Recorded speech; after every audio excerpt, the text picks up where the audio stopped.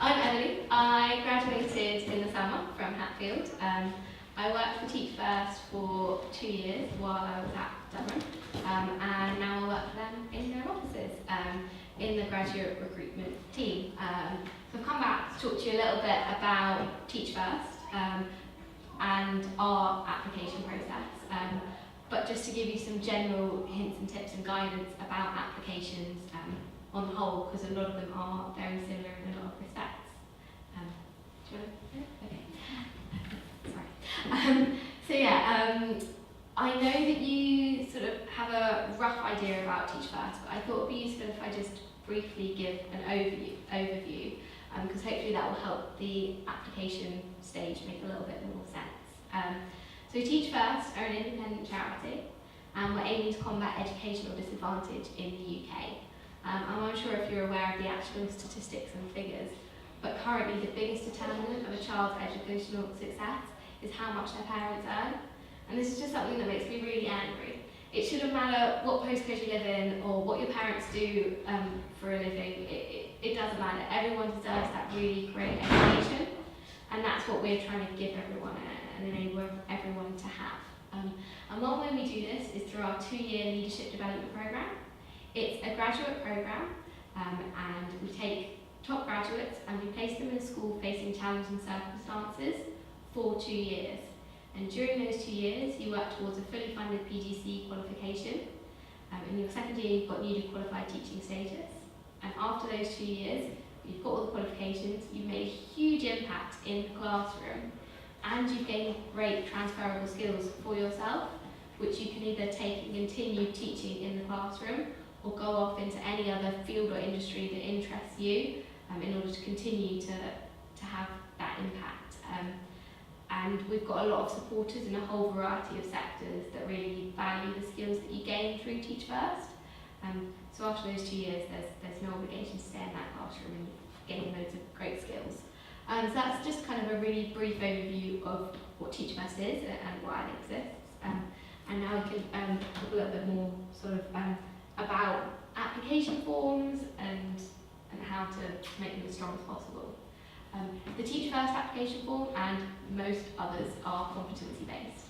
And this is due to the fact that we think that actually by using those competencies, you can best demonstrate the qualities and the skills that you have that would make you a really strong candidate for that job. Especially with graduates, you don't have all that much experience of working in the specific industry that you're going to be working in. So we want to see that you've got those transferable skills that you can bring into whatever job it is that you're going to do, and actually using past experiences can be the best way to show us how you're going to react in the future. So that's sort of why competency-based application forms. The formatting of your answers are really, really crucial. Here are just 2 techniques that can be used. There's not one that's right or wrong. They're both really beneficial. Hiya, come on in. Are you here for the application workshop talk? Yeah, just, is this the Teach First? Yeah. Yeah, come on, come sit down. Just as a brief introduction, I'm Emily, graduated here again. Can't get away. So we're just talking about the structure of answers in general, and ultimately it's about having that beginning, middle and end to your answer. So sort of setting the scene, telling us what you did, and then the impact of your actions. And whichever style or kind of technique you go for, the most important part is the actions. That's where we can see that you've got the competency that we're looking for. So telling us what you did, what your responsibilities were, what you personally contributed. That really demonstrates to us that you've got those skills that we're looking for. And that should be the bulk of your answer.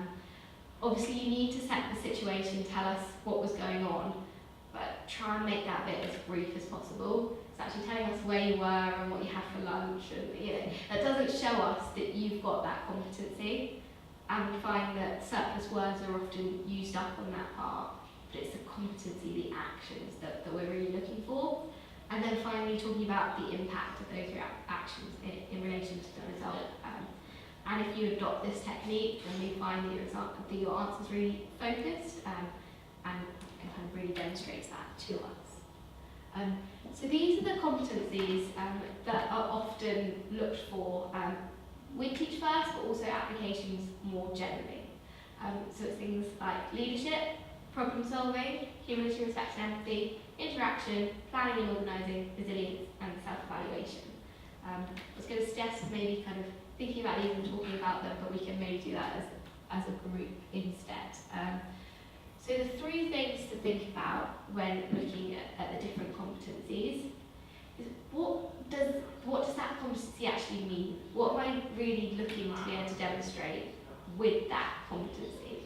So, it's all well and good saying leadership skills, but what does that actually mean? What makes a good leader?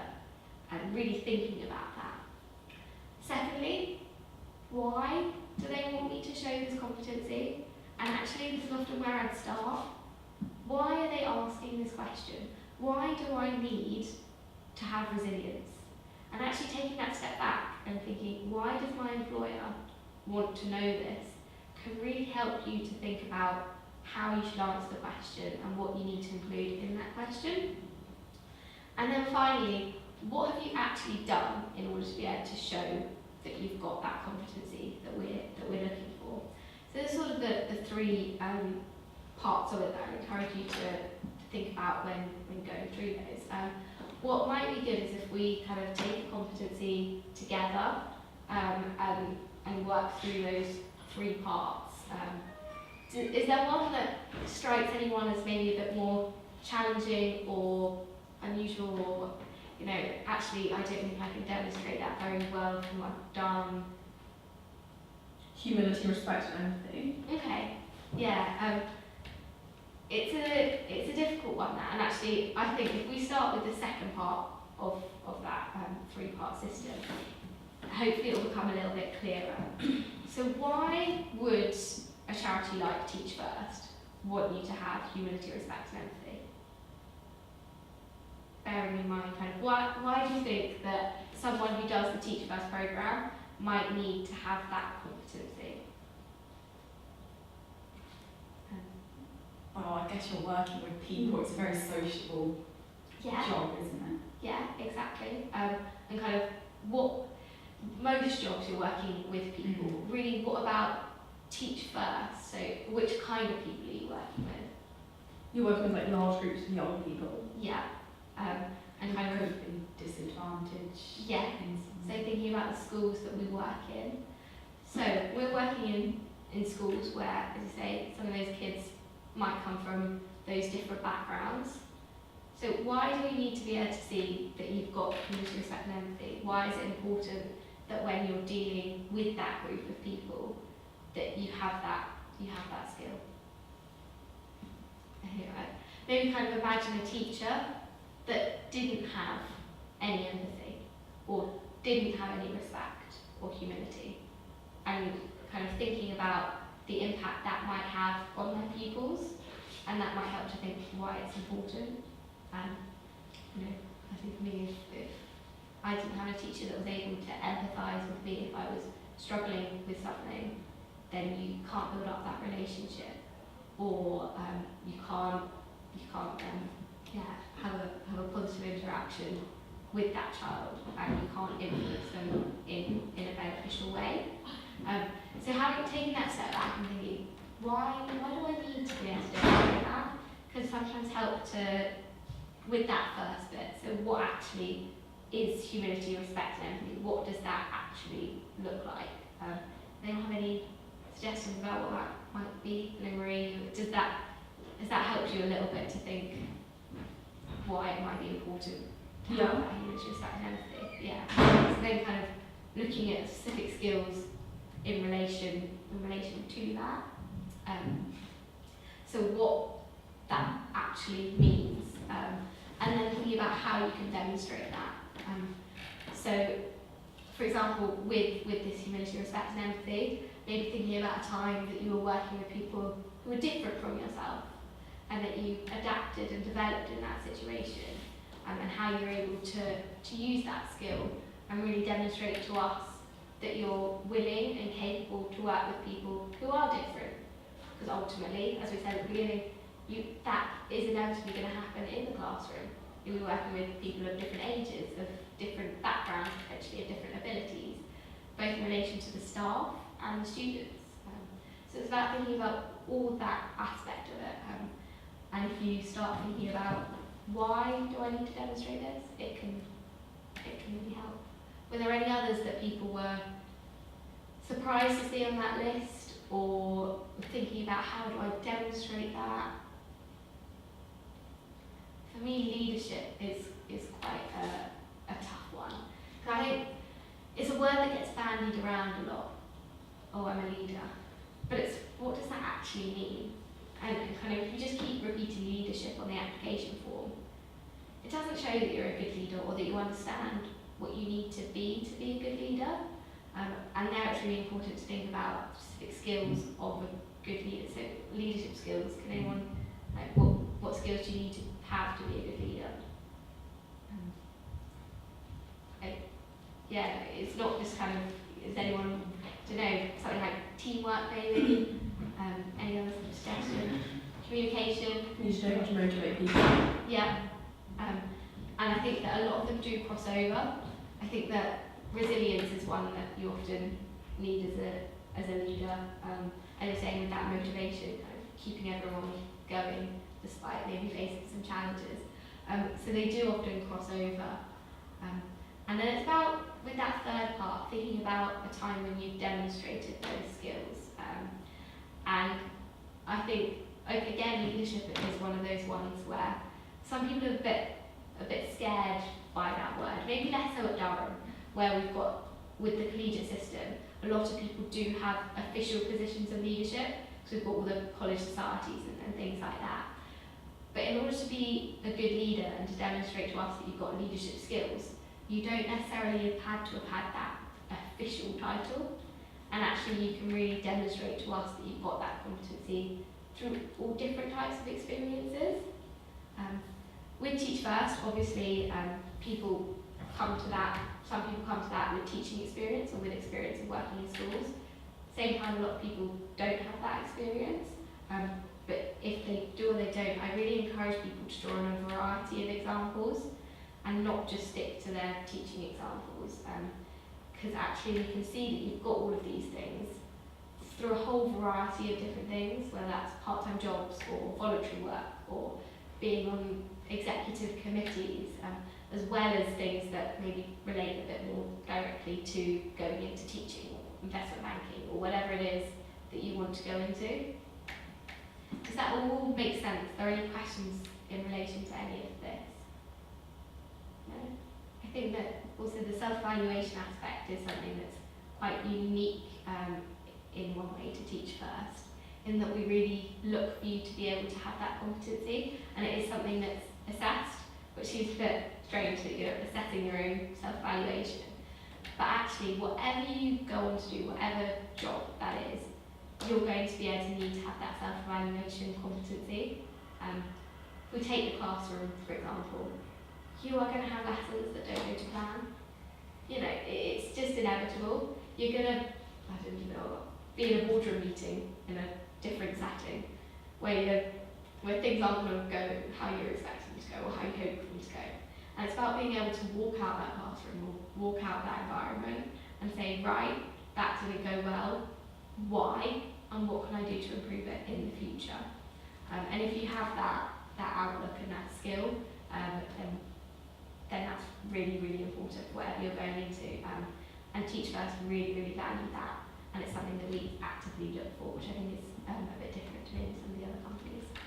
Okay, we move on to sort of some general advice in relation to application forms. I always recommend kind of asking someone to read through your answer or to let you talk it out with them. My mum is always my go-to person. She's always that one for me. Partly for spelling and grammar, just to check that everything reads well and you haven't made any silly errors, especially when you're so close to something. Sometimes you need to take that step away and let someone else do it. I think most companies do have some kind of blanket policy in relation to spelling and grammar, because they get so many applications that actually you need a way to really quickly and easily cut some people out. And I think that is something that does happen with a lot of companies with Teach First. If we spot 5 obvious spelling or grammar errors, then we automatically fail in form, because it just shows that you haven't spent the time on it and read through it. So yeah, do get the other person to read through it for that in that respect. But also, especially when people have done a lot, things can often go out of your mind and you forget about things, or you don't see them as being able to demonstrate that competency.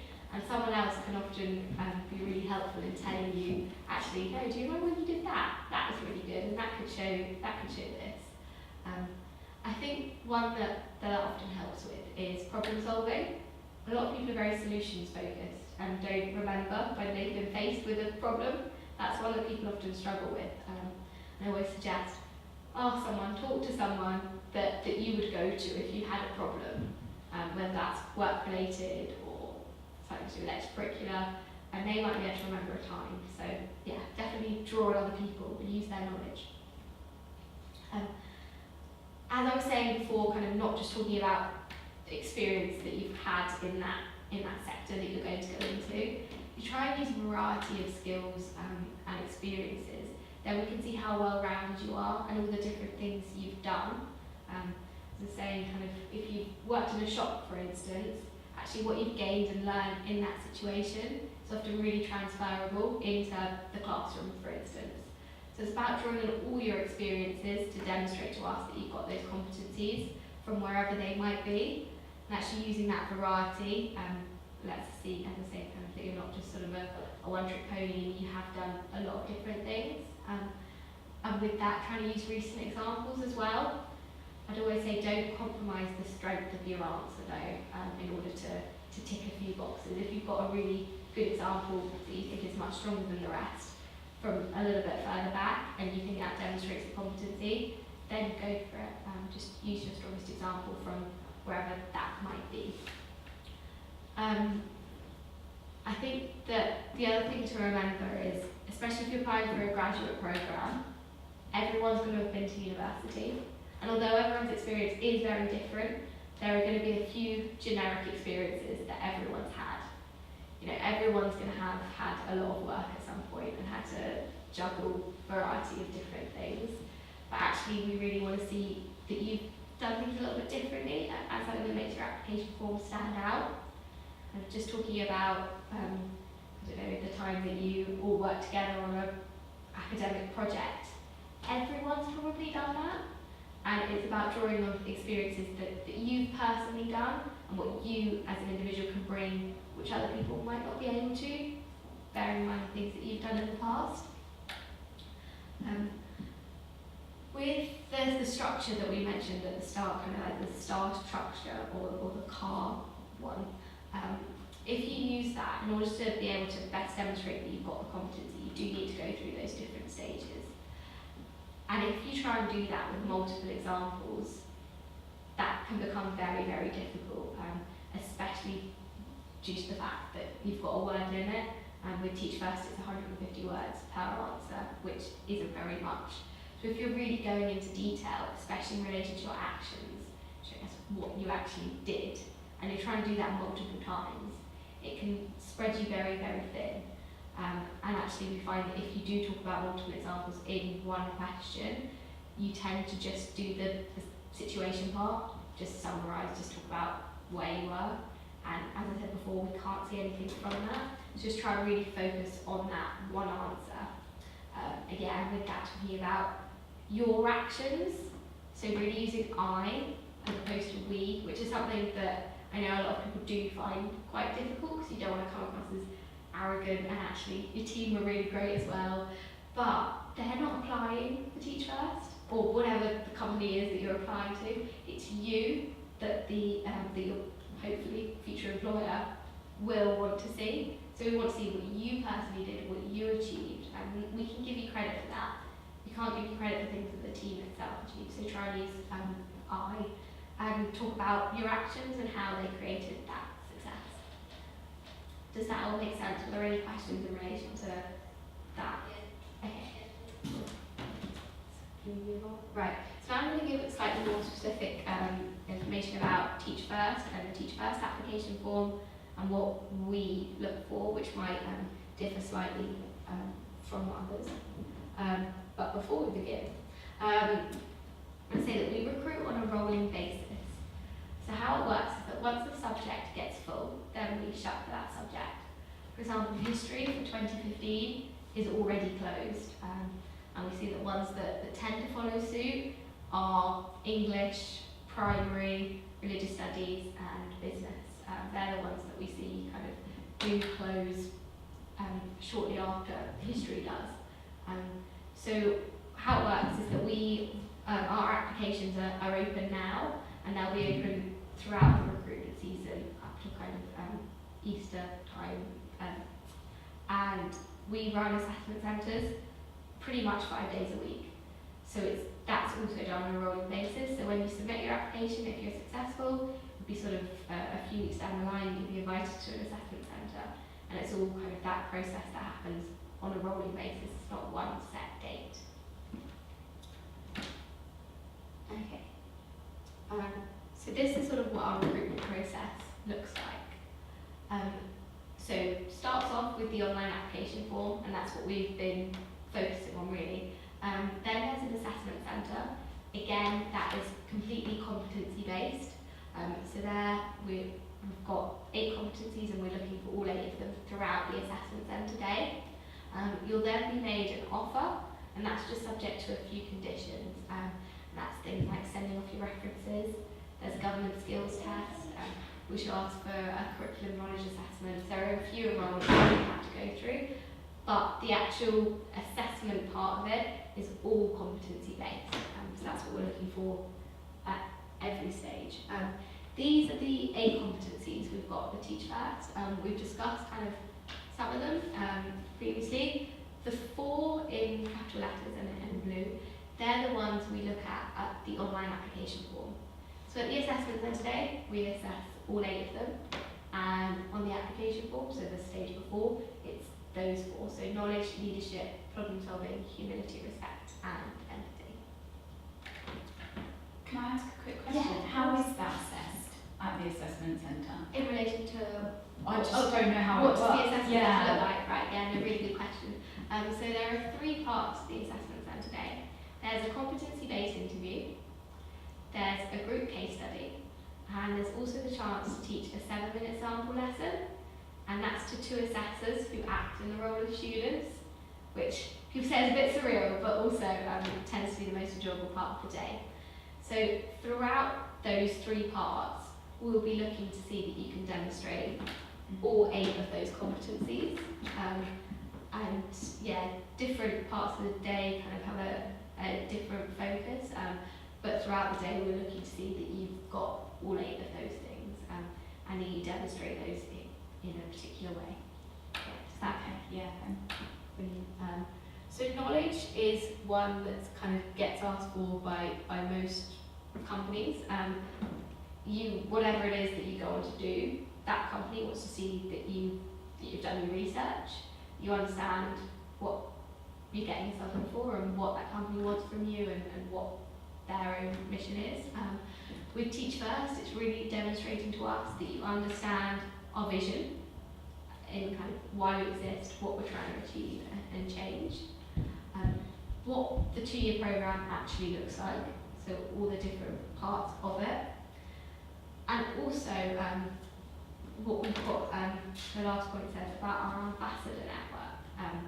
Teach First is pretty unique in this front. So as I was saying, after the 2 years, you're officially not, the 2-year programme is finished, but you become a Teach First ambassador. And that's a bit like how after university you become an alumni of that university. So as an ambassador, it's about continuing that commitment and showing that you still agree with Teach First and that you want to enable us and help us to achieve our vision. And ambassadors do a whole variety of things. So some carry on in the classroom, they stay in teaching, and they take up positions of leadership, they're heads of year, heads of department, parts of the senior leadership team. We currently have 14 head teachers who did Teach First, and considering we've been only existing for just over a decade, I think that's really impressive, and it's growing year on year. Actually, the youngest ever head teacher did Teach First. So you can stay in school and continue to make an impact in that way. But also we have ambassadors that go off and do a variety of different things. Do you know if anyone's heard of Frontline? It's a new social enterprise where kind of people go to social work. And Frontline was started by a Teach First ambassador. So he did Teach First and then went off and set up this social enterprise. And also a lot of ambassadors go and work for some of our platinum partners or in law firms or investment banks or consultancy. We currently have over 100 ambassadors working at PwC, and they still actively engage with Teach First and help us to combat educational inequality. And this is done through a variety of different ways. They might go back into their old school, they might give some talks, they might mentor a couple of students, they might invite their old class to come and look around their new offices. And it's about maintaining that relationship and having that understanding that even after those 2 years, you can continue to make an impact, whatever it is that you're doing. So as I was saying, kind of with the knowledge one, we're really looking to see that you're able to do these 3 things. And I think actually communicating that you've got that enthusiasm and commitment can be really difficult without just sort of copying and pasting off the internet or just giving loads of cliches. And it's about showing that it's personal to you as well, and that you understand kind of what Teach First is, but also how you fit into that and how you can make a difference and have that impact. Does anyone have any questions about that? I think the thing with the knowledge question is just that we're looking to see that you've done research and that you understand what it means to be part of Teach First, and that you've got that commitment in the 2 years, but also kind of after that as an ambassador too. Brilliant. Yeah. Here are just some more kind of general tips relating to Teach First specifically. I have spoken to far too many people who have managed to lose all of their answers by inputting them directly onto the online application form. Always copy and paste them from a Word document, save them, you've got them there, they're safe, don't trust the internet. It says don't risk it. It's also quite good in Word because it comes up with that little squiggly line if you spell something wrong, and hope you can avoid making those errors. And I think it's the case in most of the boxes. You're only allowed to write 150 words, and it only lets you write that many. And actually, it's really good to draft and redraft and chop and change. So, yeah, do it in a Word document. With Teach First, your application form gets screened blind by 2 independent screeners. What that means is there'll be 2 people looking at your application form, and they won't be together. They'll be looking at it separately, and they both need to kind of come to their decision independently of one another. And they know nothing about you. They don't know your name, they don't know what university you've been to, where you live, they don't know any of that. All they can see are what you're eligible to teach, kind of so based on your degree and your results, and also your competency-based answers. So that's all that they look at. They don't know any of the personal information, so that's why it's so important to make those competencies the strongest part of the form. Again, kind of making sure that you save it in Word. It's actually really good to keep a copy of the answers that you gave in order to help you prepare for the assessment centre. So I say kind of, yes, we only look for 4 of the competencies on the application form, and we look at all 8 of them at the assessment centre. That means that kind of we're looking for the same 4 again in the assessment centre as well. At the assessment centre, again, kind of the people that assess you won't know anything about you. They'll obviously kind of know your name, but that's about it. They won't have seen your application form, they won't know the answers that you've given, they won't know what subject you want to teach, they don't know any of that. So in that respect, you can definitely kind of draw on the same experiences. So be aware that the questions aren't just going to be a repetition of the last ones. So it's about really listening to the question and tailoring your competency to that, but you can repeat those answers. So this, the fourth point I find is a really good way, because as we saw before, a lot of the competencies do cross over, and actually you can find yourself not knowing where's the best place to put your example. So you might think, right, I've done this, this and this, and I want to include those things, but actually working out where the best place to put them is can sometimes be really tough. And with that, what I always suggest is if you kind of cut out all of the competencies and all your answers and experiences, mush them all up, get a friend or a family member to actually match up the competency that they think best relates to the example that you've given, and then you can make sure that you've got the strongest answer in the most relevant competency, if that makes sense with all my hands, really. But that can really enable them to see that, to make sure that your example is being put to its best use, really. And finally, kind of just being really focused and detailed and specific in the answer that you're given. Most, as I was saying, most application forms do have that word limit with Teach First. It's those 150 words, and that's for a reason. That's because that's what we think is the right amount of space that you need in order to really demonstrate to us that you've got that competency. So if you're finding that actually you're having to use quite a lot of fluffy language to fill out the word limit, then it's maybe about thinking, wait, am I demonstrating that I've got that competency? Not just that I'm a good leader, but that I understand what being a good leader means and what those skills actually are. And again, just being really focused and concise with that. It's usually actually the other way around, that people have too many words and they're working out how to cut them down. And actually just make sure that you don't have those excessive words. If it's not showing us that you've got that competency, take it out. So hopefully kind of using that technique, you can get it within that word count and really competency focused. So that's really what I was going to say in relation to tips from me and how to put in a good application form. Should have said at kind of the outset that the Teach First is currently the largest graduate recruiter, and we're second in the top times 100. So that's kind of hopefully gives you a bit of an oversight into how to make your application form for Teach First, but also generally as strong as possible. Anyone want any clarification on anything I've said or any questions, either to do with application forms or Teach First more generally?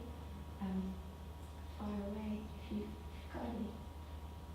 Yes, you sort of missed the little bit at the start. Are you clear about what Teach First is in relation to everything? I think so. Okay, brilliant.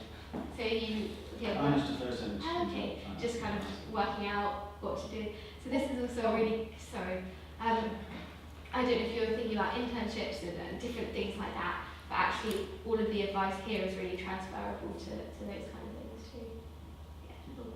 Oh no, that just made me think, actually, now you're saying that, obviously it's good, as you said, to show you've got a wide range of experiences, but is there, obviously there's benefit in having an experience in schools. Is that something that is really highly valued? It's not something that's looked for. Mm-hmm. It's not like we sit with your application form and a tick box, so have they worked in a school? Have they done this? Have they done that? It doesn't work like that at all. It really is about demonstrating to us that you've got those competencies, and sometimes actually having school-based experience, some things that you might have done, might really demonstrate that you've got that competency, but it's not the only way to show it. So it's definitely not something we look for. It can strengthen your application in that it could be a really good experience and really demonstrate that you've got something. As I say, it's not necessary. Say more on a personal note, before going into a classroom for 2 years, it might be nice to have some experience for you. We've got a compulsory 5 days that you have to do in a Teach First school prior to starting Summer Institute, which is the training that you get before going into the school. And so that's something that we ask of you, so you do get some experience. But I'd say that on a personal note, it's quite nice to have, but it's not something that you need to have in order to put a really good application form in. Any other questions about anything? I was just wondering if you knew the sort of proportions of people who stay in teaching, Yeah. to teach first, and then those who go on to other things. Yeah, it's a really interesting one. It's about 2/3 of people stay in the classroom beyond those 2 years. And so with that, around a third that go off and start social enterprises or go work for our platinum partners or go into educational policy and all different things like that. What's really interesting though is that it's over 90% of ambassadors that stay engaged with Teach First in some respects. So either staying in the classroom or, as I was mentioning before, undertaking those initiatives that kind of help Teach First to achieve its vision. And kind of from more personal anecdotes and things, I know a lot of people that did Teach First, did the 2 years, might have stayed in the classroom for a third or fourth year, went off, did something else, and now returned back into the classroom. Because you've got that PGCE, you can always go back into the classroom and teach at a later date. So in one respect, you're not deciding on your career from day one, but you're also not closing any doors by moving away from the classroom after those 2 years as well. Yeah, it does vary considerably.